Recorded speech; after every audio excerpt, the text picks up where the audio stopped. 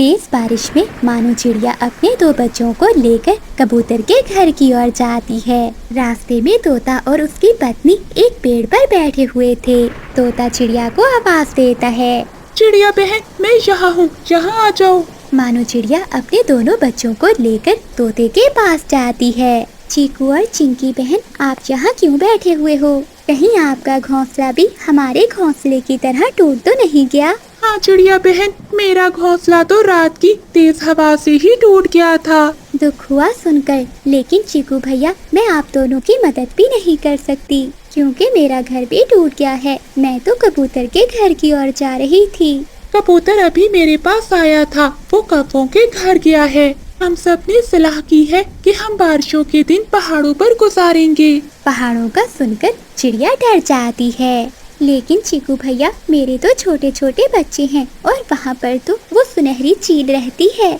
चिड़िया बहन, हम चील से बात करेंगे। वो चील इतनी भी जालिम नहीं होगी कि हम बेरहम पक्षियों को खा जाए। लेकिन चिंकी बहन, वो ऐसे बैठे हुए थे कि तभी कबूतर भी कौवों को लेकर आ जाता है। जल्दी करो, हवा बहुत तेज हो रही है, हमें जल्दी से उड़ना होगा वरना हम यहाँ से नहीं निकल पाएंगे। लेकिन मेरे बच्चे, अगर उस जालिम चील ने मेरे बच्चों को खा लिया तो मैं क्या करूँगी? चिड़िया बहन, मेरा जुगनू भी तो साथ है और ये फैसला हम सब का है और पहाड़ों पर हम सब सुरक्षित रह सकते हैं। बेचारी चिड़िया करती भी तो क्या करती, उसे अपने दोस्तों की बात माननी पड़ती है और वो सभी के साथ उड़ जाती है। पहाड़ों पर गुफा में एक सुनहरी चील रहती थी और उसकी पास वाली गुफा में वो सभी पक्षी चले जाते हैं। कभी भैया, अब चील से बात कौन करेगा? मैं और तुम, हम दोनों चलकर उस चील से बात करते हैं। चिड़िया और बादल कौवा दोनों गुफा के दरवाजे पर जाकर चील को आवाज देते हैं। चील अपनी गुफा में सोई हुई थी, वो उठकर बाहर आती है। अरे पक्षियों, क्या बात है, तुम यहाँ क्या करने आए हो? चील दी, हम सब बारिश के सताए हुए हैं, हम सब कुछ दिन आपकी पास वाली गुफा में रहेंगे। हम आपसे विनती करने आए हैं कि हमारे बच्चों को मत खाना, हम बहुत मजबूर होकर आए हैं यहाँ। ठीक है पक्षियों, तुम चिंता ना करो, मैंने मांस खाना छोड़ दिया है, तुम सब निश्चिंत होकर गुफा में रह सकते हो। फिर वो दोनों वापस अपनी गुफा में चले आते हैं। बादल जी, क्या कहा उस चील ने? बिजली मान गई है, वो चील मान गई है, वो हमारे बच्चों को कोई नुकसान नहीं पहुंचाएगी। ये सुनकर सभी पक्षी खुश हो जाते हैं। आप सब गुफा में ही रहना और मेरे बच्चों का ध्यान रखना। मैं और कबूतर भैया दाना लेकर आते हैं। चिड़िया बहन, ध्यान से जाना, बाहर बहुत तेज बारिश है। फिर चिड़िया और कबूतर अपनी गुफा से बाहर निकलते हैं और वो दाने की खोज में जंगल में जाते हैं। जंगल में तो हर तरफ पानी ही पानी था, भोजन मिलना बहुत मुश्किल था। पानी में डूबा हुआ एक फलदार पेड़ चिड़िया देख लेती है। बंटी भैया, वो देखें, वहाँ एक फलदार पेड़ है। फिर चिड़िया और कबूतर उस फलदार पेड़ के पास जाते हैं और उस पेड़ से कुछ फल तोड़ लेते हैं। बचाओ बचाओ, कोई मेरी मदद करो। कबूतर भैया, ये किसकी आवाज है? लगता है कोई पक्षी मुसीबत में है, चलो देखते हैं। वो थोड़ी दूर आगे उड़ते हैं तो सामने झाड़ियों में बुलबुल फंसी हुई थी।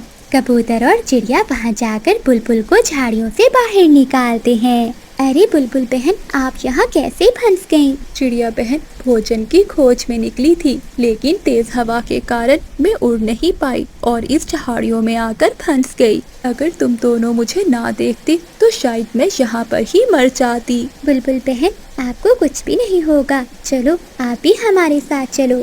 लेकिन कहाँ चिड़िया? हम सब पहाड़ों पर एक गुफा में रह रहे हैं। लेकिन पहाड़ों पर तो वो जालिम चील रहती है। बुलबुल, तुम चील की चिंता ना करो, चील ने वादा किया है कि वो हम पक्षियों में से किसी को भी नहीं खाएगी। फिर चिड़िया, बुलबुल और कबूतर वो फल लेकर अपनी गुफा में आ जाते हैं। गुफा में सब भूखे बैठे हुए थे। चिड़िया सभी पक्षियों को वो फल देती है। ऐसे ही रात हो जाती है। दोस्तों, हम सबको उस सुनहरी चील से सावधान रहना होगा। हम सब ऐसा करते हैं कि बारी बारी पहरा देते हैं। अगर किसी भी समय वो जालिम चील अगर हमारी गुफा की ओर आए तो पहरा देने वाला पक्षी हम सबको जगा देगा। सबसे पहले बुलबुल पहरा देती है और बाकी सब सो जाते हैं। थोड़ी देर बाद बुलबुल चिड़िया को जगा देती है। चिड़िया पहरा देने के बाद बादल कौवे को जगा देती है। आधी रात हो गई थी, लेकिन बारिश अभी तक नहीं रुकी थी। न जाने आज मुझे नींद क्यों नहीं आ रही। नींद आई भी कैसे, क्योंकि मेरे पड़ोस में नरम नरम मांस है। उसकी खुशबू मुझे भला कहाँ सोने दे सकती है। अरे लगता है सब सो गए होंगे।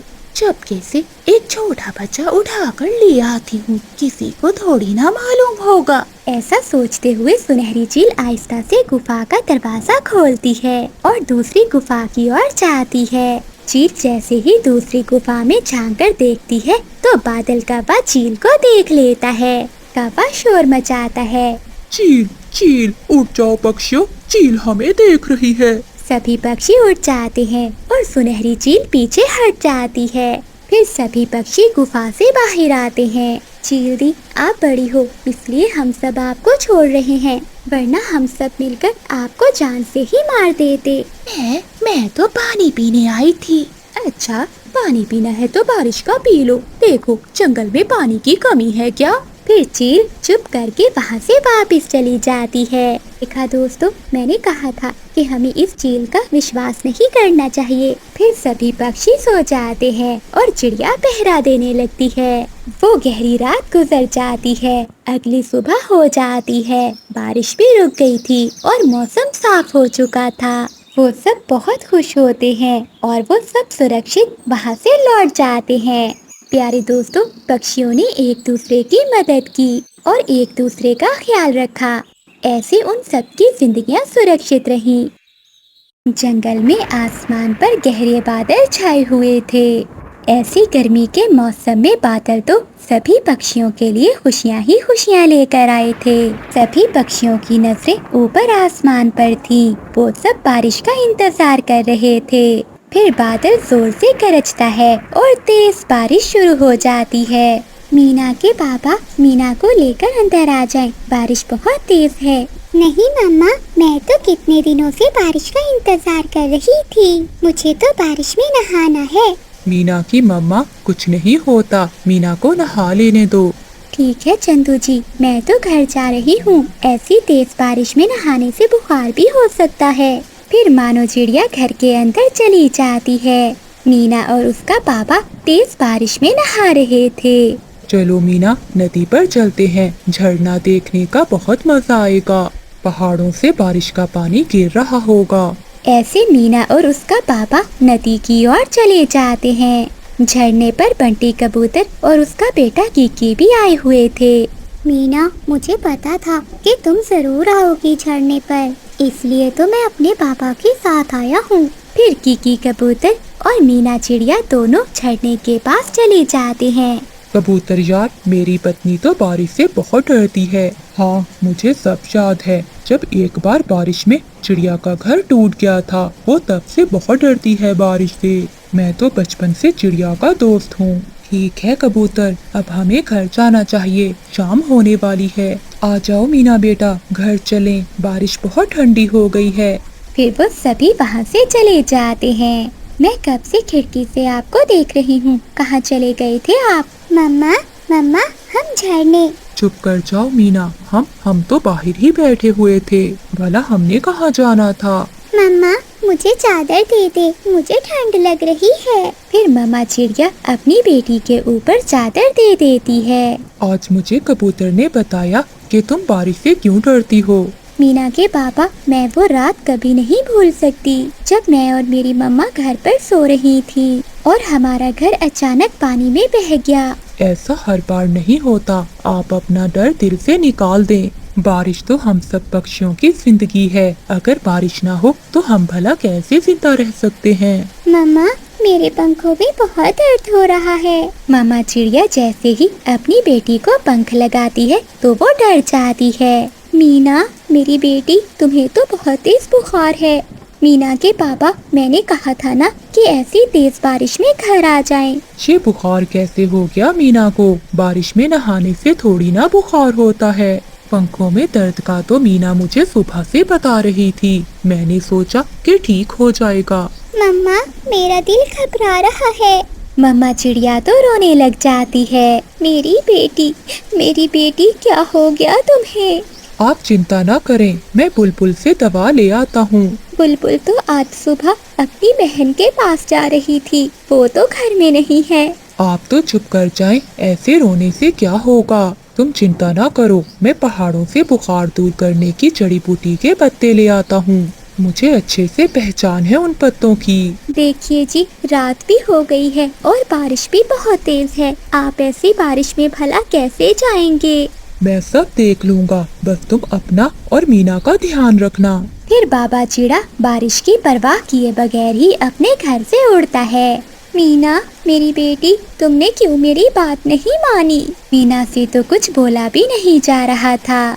कुछ नहीं होगा मेरी बेटी को, आपके पापा गए हैं दवा लेने। रात गहरी थी और ऊपर से तेज बारिश। ऐसी बारिश में उड़ना बहुत मुश्किल था, लेकिन बाबा चिड़ा करता भी तो क्या, उसे तो अपनी बेटी को बचाने के लिए कुछ भी करना था। फिर बाबा चिड़ा पहाड़ों के पास पहुंच जाता है। देखो यार उल्लू, ऐसी तेज बारिश में शिकार हमारी तरफ ही आ रहा है। मुझे तो लगता है कि ये कोई पागल पक्षी होगा जो अपनी जान देने के लिए आ रहा है। पहले इसे थोड़ा आगे आने दो, फिर पीछे से हमला करते हैं, फिर इसका सुबह शोरबा बनाएंगे, चिड़ा शोरबा।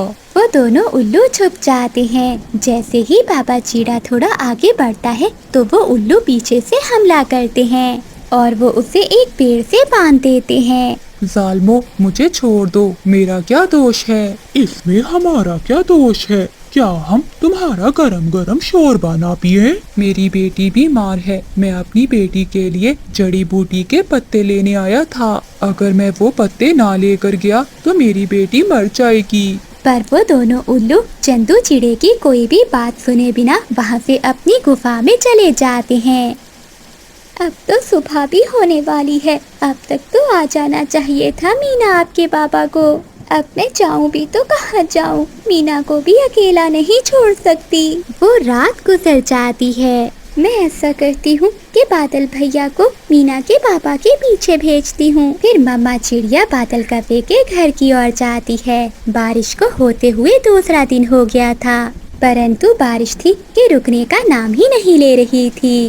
अरे अरे चिड़िया बहन, क्या हुआ? तुम रो क्यों रही हो? पिछली बहन, मीना को रात से तेज बुखार है और मीना के पापा रात से जड़ी बूटी के पत्ते लेने गए थे, लेकिन अभी तक लौटे नहीं वो। चिड़िया बहन, बुखार वाली दवा तो मेरे पास थी, मैं कल ही बुलबुल डॉक्टर से लेकर आई थी। मेरे जुगनू को भी बुखार था इसलिए, लेकिन अब जुगनू तो ठीक है। ये दवा तुम ले जाओ। अगर मुझे पहले पता होता तो मैं रात को ही आपसे दवा ले जाती। चिड़िया बहन, मीना के पापा को ऐसी गहरी रात में पहाड़ों की ओर नहीं जाना चाहिए था, वहाँ बहुत खतरा होता है। बादल भैया, मम्मा पापा को अपनी जान से बढ़कर बच्चे होते हैं, बताओ हम क्या करते? बिजली, तुम चिड़िया के साथ जाओ और मैं पहाड़ों की ओर जाता हूँ। फिर बिजली का भी दवा लेकर चिड़िया के साथ जाती है और बादल कौवा मीना के बाबा को देखने पहाड़ों की ओर जाता है। घर पहुंचकर मम्मा चिड़िया 2 कतरे दवा के मीना को पिला देती है। तुम चिंता ना करो चिड़िया बहन, ये दवा बहुत अच्छी है। मैंने जुगनू को भी एक बार ही दी थी ये दवा। बिजली बहन, आपका बहुत बहुत धन्यवाद। आपके आने से मुझे कुछ हौसला हुआ है। फिर बारिश रुक जाती है और आसमान साफ हो जाता है और बादल कौवा भी पहाड़ों पर पहुंच जाता है। वो दूर से ही देख लेता है कि बाबा चिड़े को उन उल्लुओं ने रस्सियों से बांधा हुआ है। कौवा भी बहुत चालाक था, वो पास में एक पेड़ के पीछे छुप जाता है। मुझे छोड़ दो, मेरी बेटी मर जाएगी, मैं अपनी बेटी को दवा देकर वापिस आ जाऊंगा। हम उल्लुओं को उल्लू बना रहे हो? हम उल्लू को कोई भी उल्लू नहीं बना सकता। बस पानी उबलने दो, फिर डाल देंगे तुम्हें। भाई बताओ, क्या नमक डाल दिया है पानी में? तुम चिंता नहीं करो, पानी में नमक भी डाल दिया है और मिर्ची भी। पानी बस उबलने ही वाला है। मुझे इन उल्लुओं को ज्ञान से ही उल्लू बनाना होगा। फिर बादल कौवा पहाड़ की चोटी पर जाता है और वहाँ से एक पत्थर नीचे गिराता है। उल्लू भैया, ये आवाज कैसी है? देखो भैया, कहीं कोई हमसे बड़ा शिकारी ना आ गया हो। फिर वो दोनों उल्लू भाई वहाँ देखने जाते हैं। बादल कव्वे की नजर तो उन उल्लुओं पर थी। वो जल्दी से बाबा चिड़े के पास आता है और उसे रस्सियों से आजाद कर देता है। भागो चंदू भागो। फिर वो दोनों वहाँ से ऐसे भागते हैं कि पलटकर पीछे नहीं देखते। भाई ये क्या हुआ, हमें तो सच में किसी ने उल्लू बना दिया और भाग गया हमारा शिकार। फिर बादल कव्वा और बाबा चिड़ा दोनों सुरक्षित अपने घर पहुँच जाते हैं। आप आ गए मीना के बाबा, आप आ गए। मुझे बहुत चिंता हो रही थी आपकी। मीना भी दवा पीने से अब ठीक हो चुकी थी। फिर बादल कव्वा सारी बात चिड़िया को बताता है। बादल भैया और बिजली बहन सच ही कहते हैं कि दोस्तों के बिना जीवन बहुत मुश्किल है। बिजली कव्वी अपना सामान लिए तेज बारिश में अपनी माँ वाले जंगल में चली जाती है। तभी बादल कव्वा चिड़िया के पास जाता है।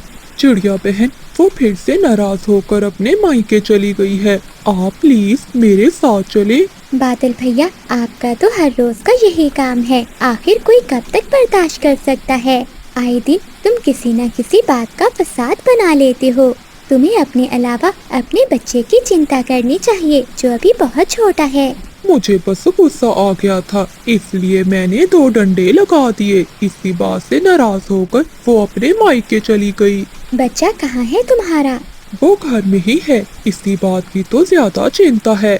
तुम प्लीज मेरे साथ चलो। ठीक है बादल भैया, मैं चलती हूँ आपके साथ, लेकिन ये आखिरी बार है। अगर दोबारा ऐसा हुआ तो मैं क्या, कोई भी जंगल का पक्षी तुम्हारे साथ नहीं जाएगा। तभी मानो चिड़िया और बादल कव्वा भी बारिश में गोरी कव्वी के पीछे पीछे उसके मायके चले जाते हैं। बिजली बहन आखिर ऐसा क्या हुआ कि आप अपने छोटे बच्चे को छोड़कर चली आई? चिड़िया बहन तुम्हें तो पता है कि सारा दिन मैं काम करती हूँ और ये निकम्मा बादल कोई भी काम नहीं करता। जब शाम को भोजन खाने का समय आता है तो लड़ाई करना शुरू कर देता है। मैं तो अपने बच्चे को भी साथ लेकर आना चाहती थी, लेकिन इसने नहीं आने दिया। देखो बिजली बहन, अब आपको बर्दाश्त से काम लेना होगा। अपने लिए ना सही तो अपने बच्चे के लिए। देखना एक दिन ये बादल सुधर जाएगा। चिड़िया पहले ये कौन सा सुधरा है जो अब सुधर जाएगा? माँ जी, मुझे तो बस उस छोटे बच्चे की फिक्र हो रही थी, इसलिए चली आई इसके साथ, वरना मैं तो कभी ना आती। माँ मैं चाहती हूँ, मुझे भी जुगनू बहुत याद आ रहा है। फिर बिजली कव्वी चिड़िया की बात मानकर वहाँ से वापस चली आती है। मम्मा तुम कहाँ चली गई थी? मैं बहुत रोया आपके बिना, लेकिन पापा मुझे डांट रहे थे आपका नाम लेने पर। चुप कर जा मेरा बेटा, मैं आ गई हूँ तेरे पास। बादल अपने इस बच्चे की खातिर ही ऐसा ना किया करो। बात तो तुम ही बढ़ाती हो। लेकिन मारने तक तो तुम ही जाते हो। एक मैं ही हूँ जो तुम्हारी मार बर्दाश्त कर रही हूँ। अगर मेरी जगह कोई और होती तो कभी लौट कर ना आती। ऐसे ही कुछ दिन गुजर जाते हैं। एक दिन बादल कव्वा घूमता हुआ वापस अपने घर आता है। मोटी भैंस बैठी हुई हो, अपना पेट तो भर लिया होगा, क्या मेरे लिए कुछ रखा है? तुम सुबह से गए हुए थे फिरने, हमारा पेट क्या भरना? तुम अपना दाना भी ढूंढ कर नहीं खा सकते? मेरे पास 2 ही दाने थे जो मैंने एक जुगनू को खिला दिया और एक खुद खा लिया। इसी बात पर बादल कव्वे को फिर से गुस्सा आ जाता है और वो डंडा उठाकर फिर से बिजली कव्वी को मारने लगता है।